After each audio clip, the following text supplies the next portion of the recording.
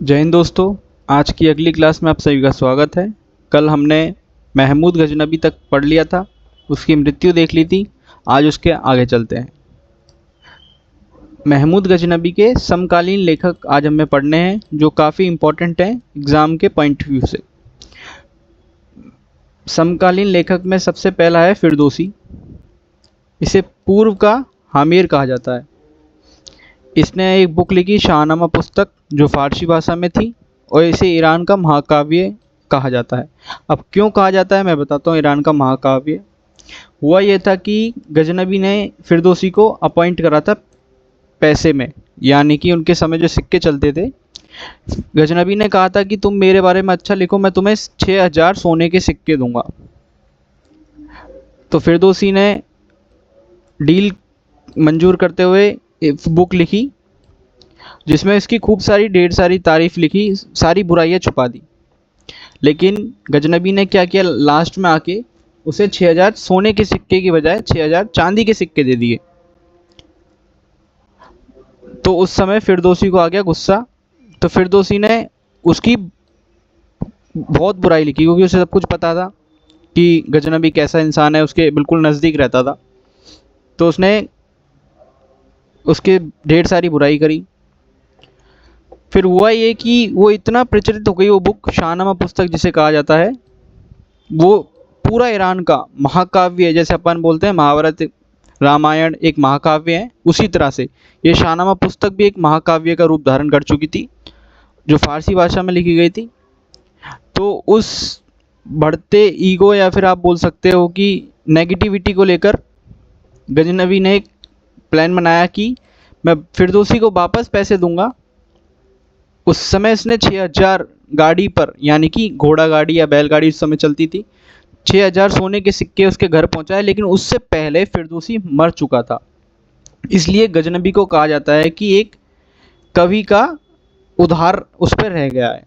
ठीक है, आगे चलते हैं। अल बरूनी, ये काफ़ी इंपॉर्टेंट है। इसकी पहली किताब है किताब उल हिंद और तारीख़ हिंद, जिसे बोलते हैं हम। अब आपसे बोला जाए फिरदौसी कौन सा कवि था, वो अपॉइंटेड कवि था, किसका, गजनबी का। और अल बरूनी था, ये दरबारी कवि था। ठीक है गाइस, ये दरबारी कवि था। और इसने पहला ऐसा कवि था जिसने पुराणों का अध्ययन करा। मतलब इससे अच्छे से बता था कि भारत के पुराणों में कितना सक्षम छुपा हुआ है। इस वजह इसने पुराणों का, और इसकी दूसरी पुस्तक थी उत्वी किताब उल यामिनी। एक उत्वी करके लेखक थे, उनकी किताब थी किताब उल यामिनी। और एक बेहाकी थे, जिसकी तारीख़ सुबुक्तगीन। आगे पता चलेगा सुबुक्तगीन आप सभी को मैंने बताया था कौन थे। तो आगे चलते हैं गाइस। अब आते हैं मोहम्मद गौरी। मोहम्मद गौरी वो इंसान है जो पूरा पाथ फॉलो करता है, किसका, महमूद गजनबी का। जैसे जैसे महमूद गजनबी भारत पर आया, वैसे वैसे ही मोहम्मद गौरी आया। इसे शिहाबुद्दीन कहा जाता है या मोहम्मद शाम कहते हैं। इसका जन्म 1149 और 1206 में इसकी मृत्यु हो गई। इस पे भारत पे इसका जो प्रदर्शन था वो कितने कितने समय तक था, 1173 से लेके 1206 तक। इसे गौर प्रदेश मिला था। कहाँ से मिला था, अपने भाई गयासुद्दीन से। कब, 1173 में गौर प्रदेश मिला था। ये इसकी एडिशनल बातें जो मैंने लिख दी हैं, और काफ़ी इंपॉर्टेंट भी हो जाती हैं एग्जाम के पॉइंट ऑफ व्यू से। आगे चलते हैं। गौरी का भारत पर पहला आक्रमण 1175 मुल्तान पर किया था, जहाँ करामाची जाति रहती थी। सिया और बौद्ध हुआ करते थे वहाँ पे। कब किया था उसने पहला आक्रमण, 1175 में। कहाँ पर, मुल्तान पर। आप सभी को पता होगा मोहम्मद गजनबी ने भी आक्रमण किया था मुल्तान के ऊपर। तो उसी प्रकार से ये सीधा उसी पाथ को फॉलो करता हुआ आता है जैसे महमूद गजनबी करता है। आगे चलते हैं। आप इसकी फ़ोटो देख सकते हो, कैसा दिख रहा है ये। 1178 में पाटन गुजरात पर दूसरा आक्रमण किया। आप सभी को पता होगा पहला आक्रमण किसने किया था। मैंने आप सभी को पढ़ाया था कि पहला आक्रमण महमूद गजनबी ने करा था, जो 16वां आक्रमण होता है ना, इसका काफ़ी प्रचलित आक्रमण था, आप सभी को पता होगा।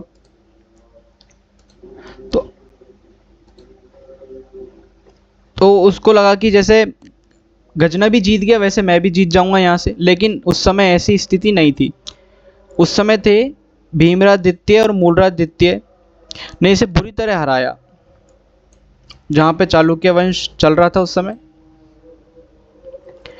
और इस युद्ध का नेतृत्व यानी कि किसने गाइड करा इस युद्ध को, वो थी नायिका देवी। आप मानोगे नहीं दोस्तों, नायिका देवी एक महान राजाओं की तरह थी और काफ़ी विशाल प्रकार की लेडी थी एक। आप फोटो में देख सकते हैं, थोड़ा बहुत मैंने कोशिश करी है कि मुझे एक करेक्ट फ़ोटो मिल जाए, मैंने गूगल से इसे अपलोड करनी है। ये मूलराज की माँ थी और आप मानोगे नहीं, मोहम्मद गौरी को इन्होंने इस प्रकार पराजित किया कि उसने वापस गुजरात की तरफ यानी मध्य भारत पर आने की कोशिश नहीं करी कुछ सालों तक। इनके पिता का नाम अजयपाल सिंह था, जिनका समय 1171 और 1175। किनके पिता का नाम था ये था मूलराज के पिता का नाम। ठीक है, आगे चलते हैं। 1179 कश्मीर में और सिंध को जीता। मैंने बोला था अभी कि इन्होंने मोहम्मद गौरी ने भारत पर मध्य में आने की कोशिश नहीं करी, ऊपर ऊपर जो राज्य था वो जीता, यानी ऊपर ऊपर का जो क्षेत्र था सिर्फ वही जीता, नीचे आने की इसने कोशिश नहीं करी। 1186 में पंजाब जीता। पंजाब कौन सा, जो अब पाकिस्तान में था उस समय, बठिंडा और तरबिंद वाला। ठीक है, आगे चलते हैं। 1191 में तराइन का प्रथम युद्ध होता है, गौरी वर्सेस पृथ्वीराज चौहान। आप सभी को पता होगा पृथ्वीराज चौहान कौन है, हमारे शूरवीरों में से एक है पृथ्वीराज चौहान। अभी मैं एग्जाम के पॉइंट ऑफ व्यू से पढ़ा रहा हूँ, इस वजह से ज़्यादा डिटेल में नहीं जाऊँगा पृथ्वीराज के बारे में। और आप मानोगे नहीं, हमारे इतिहासकारों ने पृथ्वीराज चौहान और दूसरे राजाओं को, हिंदू राजाओं को ना के बराबर दर्शाया गया है और मुस्लिम जो हैं उनको अच्छे से बताया गया है। अब जब एग्ज़ाम के पॉइंट ऑफ व्यू से हम ना पढ़ेंगे, पूरी डेप्थ में पढ़ेंगे, तो मैं पृथ्वीराज चौहान, अजयपाल सिंह, उनके सब के बारे में अच्छे से बताऊंगा और काफ़ी डेप्थ में पढ़ेंगे इनके बारे में। हमारे शूरवीर हैं, आप सभी को पढ़ना भी चाहिए इनके बारे में। तो पृथ्वीराज जी का नाम राय पिथौरा भी है और पृथ्वीराज तृतीय भी इनको बोलते हैं हम। इस युद्ध में गौरी की हार होती है। किस युद्ध में, तराइन के प्रथम युद्ध में। कब हुआ, एग्जाम के पॉइंट ऑफ व्यू से काफ़ी इंपॉर्टेंट है, 1191 में। और पृथ्वीराज चौहान के मित्र थे चंद्रभजाई, जिन्हों की एक पुस्तक भी है, पृथ्वीराज रासो, काफ़ी प्रचलित पुस्तक है, आप पढ़ना अगर आपके पास टाइम हो तो, काफ़ी इंपॉर्टेंट बुक है और एग्ज़ाम के पॉइंट ऑफ व्यू से भी इम्पॉर्टेंट है ये। तो पहला तराइन का प्रथम युद्ध होता है 1191 में और दूसरा होता है 1192 में, जिसे गौरी वर्सेस पृथ्वीराज चौहान। पहला पृथ्वीराज जी जीत जाते हैं और गौरी हार जाता है, और दूसरे में गौरी जीत जाता है, पृथ्वीराज जी हार जाते हैं। और पृथ्वीराज चौहान हारने के बाद उनको कहाँ जाता है, अजमेर। अजमेर कहाँ पड़ता है, राजस्थान में पड़ता है, अगर आपको पता होगा, जिसमें अपनी पुष्कर झील है। अगर आप सभी ने पढ़ा हो इतिहास के थोड़ा बहुत, तो अजमेर राजस्थान में पड़ता है, जहाँ पे पुष्कर, एक ही ब्रह्मा जी का मंदिर है, काफ़ी प्रचलित मंदिर है। तो आगे चलते हैं, पृथ्वीराज चौहान के बारे में थोड़ा बहुत पढ़ेंगे, ज़्यादा डेप्थ में नहीं है, लेकिन थोड़ा ओवरव्यू में दे रहा हूँ ताकि कभी कोई क्वेश्चन आ गया तो आप अटकेंगे नहीं। इन दिल्ली बसाई, जिसे दिल्ली का पुरी बोलते थे हम उस समय, अब तो अपन दिल्ली बोलते हैं लेकिन पहले दिल्ली का पुरी बोलते थे। अनंगपाल इनके नाना थे, अनंगपाल तोमर, अनंगपाल द्वितीय, अनंगपाल तोमर इनके नाना थे। किनके, पृथ्वीराज चौहान के। पृथ्वीराज चौहान के पिता सोमेश्वर सिंह चौहान, जिनका कार्यकाल 1159 से लेकर 1177 तक, और माता का नाम था कर्पूरा देवी। ठीक है, इनकी प्रेमिका की थी संयुक्ता या संयोगिता, इन दोनों में कंट्रोवर्सी रहती है हमेशा। तो अगर दोनों में से कोई सा भी आएगा, दोनों साथ में नहीं आएंगे, एक इन दोनों में से एक नाम आएगा जो आपको टिक करना होगा। ये किनकी बेटी थी, ये जयचंद की बेटी थी। 1194 में चंदवार का युद्ध होता है। किसका, चंदवार का। किस किस के बीच, गौरी वर्सेस जयचंद के बीच, जिसे गढ़वाल वंश था उस समय। आप पृथ्वीराज चौहान को देख सकते हैं, ये हमारे भारत के कुछ शूरवीरों में से एक है। इनके बारे में हम डेप्थ में आराम से पढ़ेंगे। आगे चलते हैं, मोहिउद्दीन चिश्ती, ये काफ़ी इम्पोर्टेंट नाम आ जाता है, मोहिउद्दीन चिश्ती। ये तराइन के द्वितीय युद्ध में मोहम्मद गौरी के साथ आए थे, जो कि सूफीवाद। अब आप बोलोगे सूफीवाद क्या होता भैया, देखो सूफीवाद वो शब्द है जैसे कि दो जनों में लड़ाई हो रही है और ये बीच में समझौता करने वाले, जिसे अपन बोलते हैं ना कि एक हेल्पर टाइप में, तो वो एक सूफीवाद कहलाता था उस समय भारत में। ये पहले सूफीवाद थे।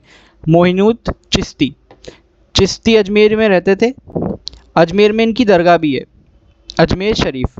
आज ये कौन सा अजमेर है? ये वही अजमेर है जो पृथ्वीराज चौहान को मिलता है मोहम्मद गौरी के हार के बाद तराइन के दूसरे युद्ध में। अजमेर, ये वही अजमेर है। मोहम्मद गौरी ने चंदवार युद्ध के बाद देवी लक्ष्मी के सिक्के चलवाए। किसके सिक्के चलवाए? देवी लक्ष्मी के। उत्तर भारत में एकता प्रथा चलवाई, वेतन की जगह पर जमीन का टुकड़ा मिलने लगा। अब हुआ क्या था? उत्तर भारत में उन्होंने जीत हासिल कर ली थी उत्तर भारत में, तो उसने वेतन, मतलब जो सैनिक थे उस समय जो लड़ाई लड़के आते थे उनको वेतन नहीं दिया था, जमीन के टुकड़ा दे दिया था कि आप इस जमीन पे कमाओ और खाओ। आज की डेट में क्या होता है, जो हमारे सैनिक हैं, देशभक्त जो कार्य लोग हैं, वो क्या करते हैं, उनको वेतन मिलता है। पहले वेतन नहीं मिलता था, कुछ समय तक जमीन मिलती थी। आगे चलते हैं। 1203 में एड में कालिंजर का बयान चंदेल शासक परमदेव को हराया। इस युद्ध में मोहम्मद गौरी को ऐबक अपना दास मिलता है। जो 1203 का युद्ध था, इसमें मोहम्मद गौरी को अपना सबसे पसंदीदा दास ऐबक मिलता है।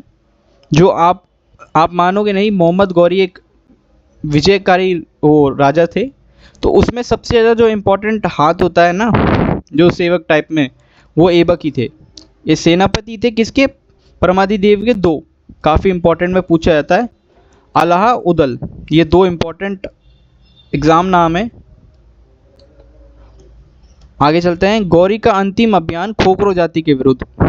अब जैसे कि महमूद गजनबी ने भी खोखरो जाति के विरोधी किया था अपना आखिरी आक्रमण, और इसने भी आखिरी आक्रमण। मैं बोल रहा हूँ जैसे जैसे गजनबी आया वैसे वैसे गौरी आया, सेम पाथ सेम डायरेक्शन को फॉलो करते हुए आया, क्योंकि इसकी आसानी हो गई थी, क्योंकि वहाँ से पहले से लोग हार चुके थे। गौरी की मृत्यु 1206 में हुई, आप सभी को याद रखना होगा, इम्पोर्टेंट है। आगे चलते हैं। गौरी के दास, ये काफ़ी इम्पोर्टेंट हो जाते हैं। गौरी के 4 दास थे। मैं एक मिनट कलर चेंज कर लेता हूँ, येलो ठीक रहेगा। कुवाचा, ऐबक और बख्तियार। ऐबक, कुतुबुद्दीन ऐबक इनका पूरा नाम था। दलदोज, कुवाचा और बख्तियार खिलजी। दलदोज को गजनी मिलता है, जिसे गौर प्रदेश बोलता है, ये ऐबक का ससुर था। और कुवाचा को मिलता है कुवाचा था, वो ऐबक का जीजा था। कुतुबुद्दीन ऐबक को लाहौर और दिल्ली मिलता है, और बख्तियार खिलजी को बंगाल और बिहार। ठीक है गाइस, आज के लिए बस इतना ही। कल से हम अरब और हमने तुर्क दोनों कंप्लीट कर लिए हैं। अब कल से हमें दिल्ली सल्तनत पढ़ना है, जो काफ़ी इम्पोर्टेंट है। उम्मीद करता हूँ आपको ये वीडियो काफ़ी पसंद आ रही होगी। मैंने बहुत अच्छे से समझाने की कोशिश करी है। तो कल से हम पढ़ेंगे दिल्ली सल्तनत, जो काफ़ी इम्पोर्टेंट है मॉडर्न टाइम पीरियड के हिसाब से और एग्ज़ाम के पॉइंट ऑफ व्यू से भी।